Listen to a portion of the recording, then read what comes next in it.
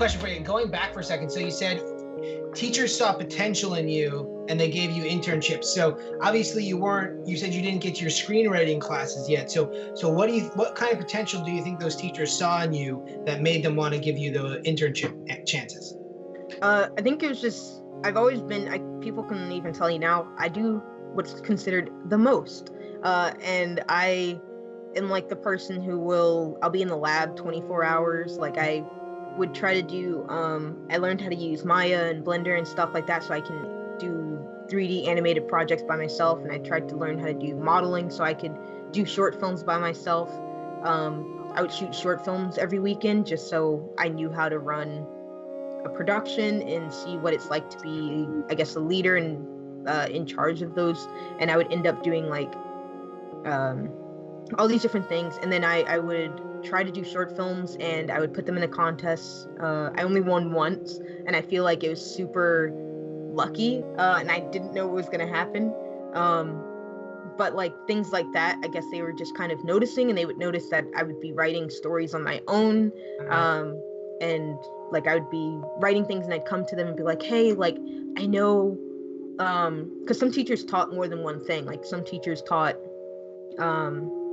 like various classes because Art Institute is just, they don't really have money to pay people. So they're like, oh, this person does Photoshop and screenwriting or something like that. So I would go to them and I'd be like, hey, I know that you also teach that class. I'm not in it yet, but would you read the script? And then they would like give me notes and like send it back to me, or like they'd watch my short films and then like give me notes on editing and like how to do things better. Sure. Yeah, so one thing that I'm seeing here is you took a lot of initiative without people, with just on your own. Like you took personal initiative to find the teachers that taught screenwriting, even though you weren't in the class, to learn how whole productions are run, even though you weren't a part of them yet, to like learn how the actual script was written. So like some point of advice for people that are watching that want to be writers or anything really is like personal initiative, not waiting for somebody to push you into something and just doing it yourself, finding out what you need to do and doing it without somebody lighting a fire under your butt. Some people need that fire, but I mean, I feel like you just took that initiative immediately. Yeah, I feel like that's something I had to learn too, because I feel very much towards the beginning I was like, no, if I just do things the right path, like I have to do this a specific way, and then all the hard work will pay off and like someone will give me a job. Like that's just how it works. I'll just automatically get hired for doing the work. And then I realized, oh, this isn't, like, it doesn't work that way. Yeah. You could do all the work and people still might not ever notice you. You might not ever get hired. And so even now, like I work in animation, my first job was like one of my first jobs I got because I was pitching to a studio. Like even Netflix, I got my job at Netflix because I pitched to them. I made multiple pitch Bibles and I went to various studios and I went to them with a pitch just so they knew that I could write various things. And I didn't want them to pick up anything. I just wanted them to know that I could write various types of series. And I wrote a pilot for each pitch Bible. And then based off of a pitch Bible that I pitched to Netflix, when the execs were like, well, we're going to pass on the show, but I know a show that's looking for a writer.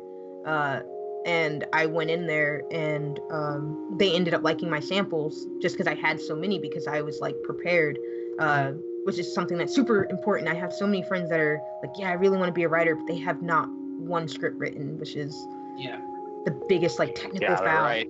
You gotta write a script. You have to have. Gotta write. Yeah. So what scripts you had? They were all original idea scripts? Yeah, they were all original pilots. I had one spec script just in case, and I used that one mostly for like the ABC Disney writing program or the Nickelodeon writing program. Sure. And I would submit specs to them each year, so I would have one new spec script to submit to those every year. But then in the meantime, I was working on my own stuff. Yeah. Explain what a spec script is for the audience, because a lot of people aren't going to know that terminology. So how did you learn about these terms and like about the process of like submitting this stuff? Like where did you learn this stuff from? Well, okay, for the first question, what's a spec script versus an original? An original script is basically your own idea, it's your own story, all new original characters, all new original plot. You're just basically coming up with your own story and giving that to someone. A spec script is a script that is based off of an already existing IP, like an already existing show. So a spec script would be like, oh, I want to write Bob's Burgers episode with all the characters in this world that they already have built, and then you give that to somebody if they ask for a spec script. What spec scripts did you write? What shows? I wrote one for a Nickelodeon show called The Thundermans, which I wrote because I thought for the Nickelodeon writing program that they wanted shows that were theirs, which was honestly, if anyone is interested in going into the Nickelodeon writing program, don't pick a show like Loud House or anything like that just because it's their show. Write whatever show that you want to write that they give you on that list that they put out, because they're not specifically just looking for their show because it's on their network. Like I have friends who wrote stuff like Bob's Burgers spec script and got hired for the Nickelodeon writing program. So don't just write something that's theirs. I've also done Steven Universe. I did a Parks and Rec spec script. Nice. I think that's it. I think I applied 3 years in a row, and then I was like, the fourth year I was like, I'm not gonna submit again. I don't think I'm gonna get in. And then I ended up getting hired on my first job. So I was like, oh, I don't need to submit again. Yeah, I got lucky. So going to Sabrina's question, you were asking like, how'd you find out about this stuff, right, Sabrina? Yeah, like the process of like submitting things and what to submit and all of that, and then like what they look like in the format and all that stuff. Like, how did you figure out the works? Honestly, 100% honest, Google. I would just type in, what is the correct format for a script? And then it'll tell you the dimensions that your script needs to be. Or I would type in, there's a lot more programs now besides just Celtics, and like Final Draft is like industry standard program for writing scripts. But it's very expensive. So if you can't afford that, there's things like Writer's Duet that I found just by Googling and being like, what are some good writing softwares for script writing? And Writer's Duet is pretty good, and it's super, you can use it for free, but there are certain aspects that you can pay to have, which is really good too. I'm gonna write that one down. Is it Writer's Duet? Is that what you said? Yeah, WRITE, RSDUET, Writer's Duet. And you can even write with other people. Like if they're in another room or another computer, you guys can write at the same time. You can create new scripts in there. You can it exports to Writer's Draft or Final Draft. So if you have Writer's Duet and someone's like, hey, can you give me that in a Final Draft? Like you can just send that to them and export it as that, or a PDF or Word, whatever format. And it's a free program that it's like you can pay for higher versions of it, but it's free standard. It's free standard. It's a good advice to aspiring writers right there. Writer's Duet. I never heard of that one before.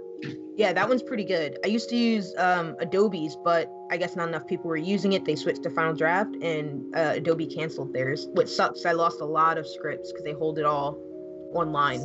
Oh, that sucks, man. Yeah, but Writer's Duet, you can download it, or you can just have the browser. You can have it in the browser.